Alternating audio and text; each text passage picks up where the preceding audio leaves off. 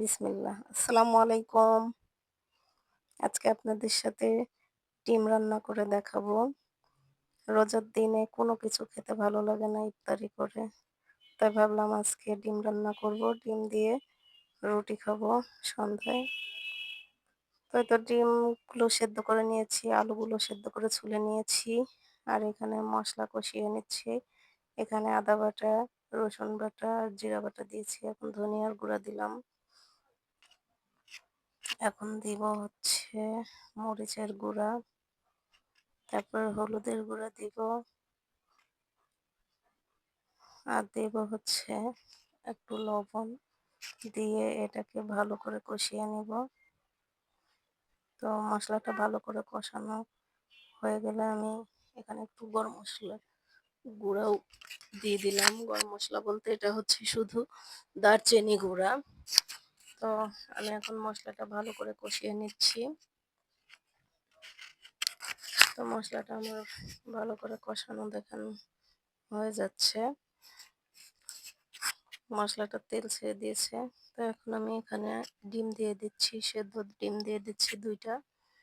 আর আমি 3টা ডিম ভালো করে ভেজে কেটে নিয়েছি, ওটাও এর মধ্যে অ্যাড করব। তো আমি এখানে সেদ্ধ করা আলুগুলো দিয়ে দিচ্ছি, ছুলে ধুয়ে নিয়েছি।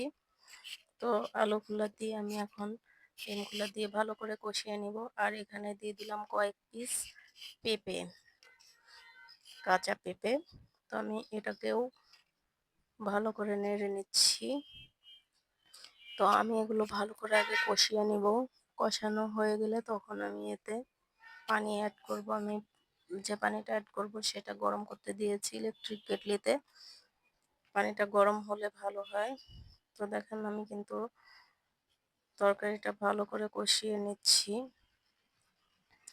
তো আমার যখন এই পেঁপেটা আমি হালকা একটু ভাপ দিয়ে নিয়েছি, তো এর মধ্যে হালকা হালকা পানি বেরোচ্ছে। তো এটা যখন একদম শুকিয়ে আসবে তখন এটাতে আমি পানি অ্যাড করব। তো এর মধ্যে আমি ওই ভাজা 3 পিস ডিম রেখেছিলাম যেটা কেটে নিয়েছি ওটা দিয়ে দিলাম। এখন আমি এতে পানি দিয়ে দিব। দেখেন একটুও কিন্তু পানি বের হচ্ছে না আর পেঁপে থেকে। তো আমি এখন এতে গরম পানি দিয়ে দিব।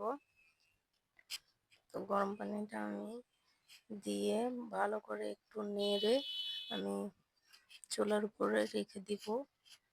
যখন এটা ঝোল কমে আসবে তখন আমি এতে গরম মশলা অ্যাড করে আমি হচ্ছে এটা নামিয়ে নেব। তো আমি আমার কাছে সেদ্ধ ডিমের চেয়ে ভাজা ডিমটা এভাবে রান্না করলে বেশি মজা লাগে। তো কার কাছে কেমন লাগে অবশ্যই জানাবেন। তো আমি এটাই দেখেন ঝোলটা প্রায় শুকিয়ে এসছে, আলুও ঝোল টেনে নেবে, এই ভাজা ডিমগুলো ঝোল টেনে নেবে। তো আমি এলাচ বাটা আর হচ্ছে বড় এলাচ বাটা দিয়ে দিচ্ছি এখানে, একটু বাদাম বাটাও আছে এর মধ্যে। তো আমি এটা দিয়ে ভালো করে নেড়ে নিব। এটা যখন একদম শুকিয়ে আসবে তখন আমি এটা নামিয়ে ফেলবো।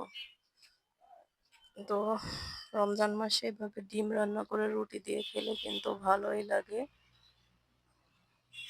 তো আপনারা এভাবে খেয়ে দেখবেন। তো দেখেন আমার ডিম রান্নাটা হয়ে গেছে। আমি এখন এটা ঢেলে নিচ্ছি একটা বাটির মধ্যে। আমরা মাত্র 2 জন খাবো তাই অল্প রান্না করেছি। তো সবাই ভালো থাকবেন। আসসালামু আলাইকুম। আল্লাহ হাফেজ।